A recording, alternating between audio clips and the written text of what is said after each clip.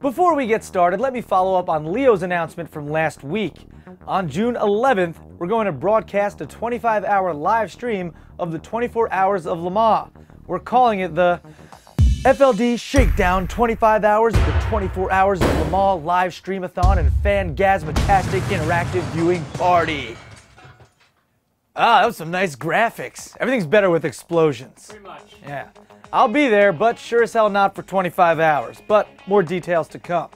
Anyway, it was the biggest racing weekend of the year. You had the Indy 500, the Monaco GP, WRC in Argentina, and some NASCAR stuff. Also, the new SLS AMG Roadster finally gets revealed. What's up, everybody? I'm Derek D. Hope you had an awesome Memorial Day weekend if you live in the U.S. Mine was full of barbecues, parties, and beers. Nice.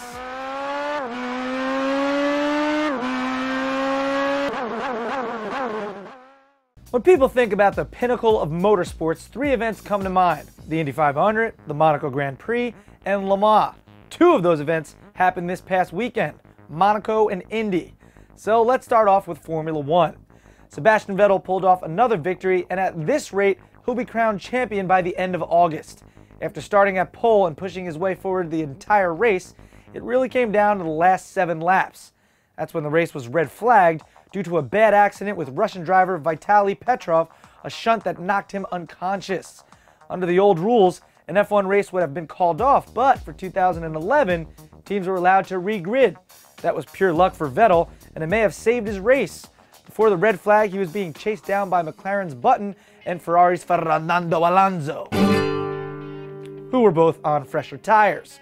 But while regridding during the red flag, teams were allowed to put on new rubbers because the grid girls were looking particularly hot, and Oh, you mean new rubber as in tires. Okay. And from that point forward, there was no stopping the German. Monaco marks Vettel's 5th victory of the season. Dude he's balling. He's racing. Yeah. Now, Indy. For the 100th running of the famous race, it was non-stop action until the final lap.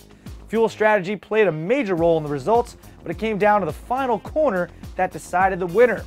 Rookie JR Hildebrand was 1 corner away from taking the win at the Brickyard, but he got out of the groove and crashed only a few hundred yards from the checkered flag. Dan Wheldon, the Brit running in second, was able to push forward for the win before the yellow flags waved. Also at Indy, Tanner Faust set a new record before the race, jumping a truck a total of 332 feet, breaking the world record by 31 feet. So shout out to our buddy Tanner for that. You know, I also broke a record this weekend for the most hangovers in a row. And I'm not talking about the movie. Right? Anyway. And WRC Argentina. Loeb won. Again. He's won the Argentina Rally every year since 2004. Not much to say other than he's superhuman. Ken Block finished 18th overall, but he did pull off his best stage result with a 5th place on stage 17. Hey Ken, notice the shirt I'm wearing? How about some sponsor styles? I'm just saying. Throwing it out there. Throw it back if you'd like. Just saying. Anyway, Leo will have more on all that racing stuff on Friday. Now some actual car news. The SLS AMG Roadster.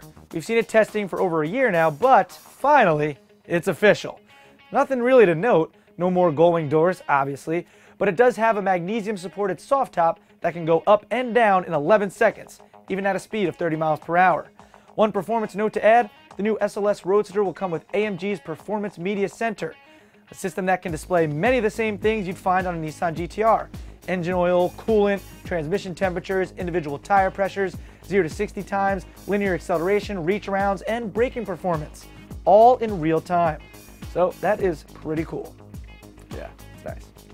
Well, that'll do it for Fastlane Daily today. I'm Derek D, and I feel like we need something on Tuesdays. We have Comment of the Week on Mondays, Hump Day Girl of the Week on Wednesdays, maybe something with Bob Schumann Jr. on Tuesdays possibly? I don't know, what do you guys think?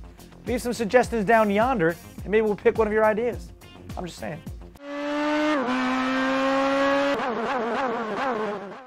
It's the Fastlane Daily team on assignment.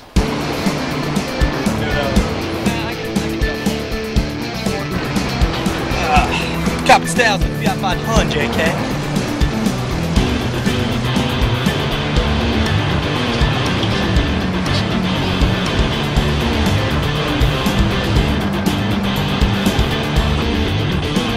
You got a sweaty face. That's how I roll.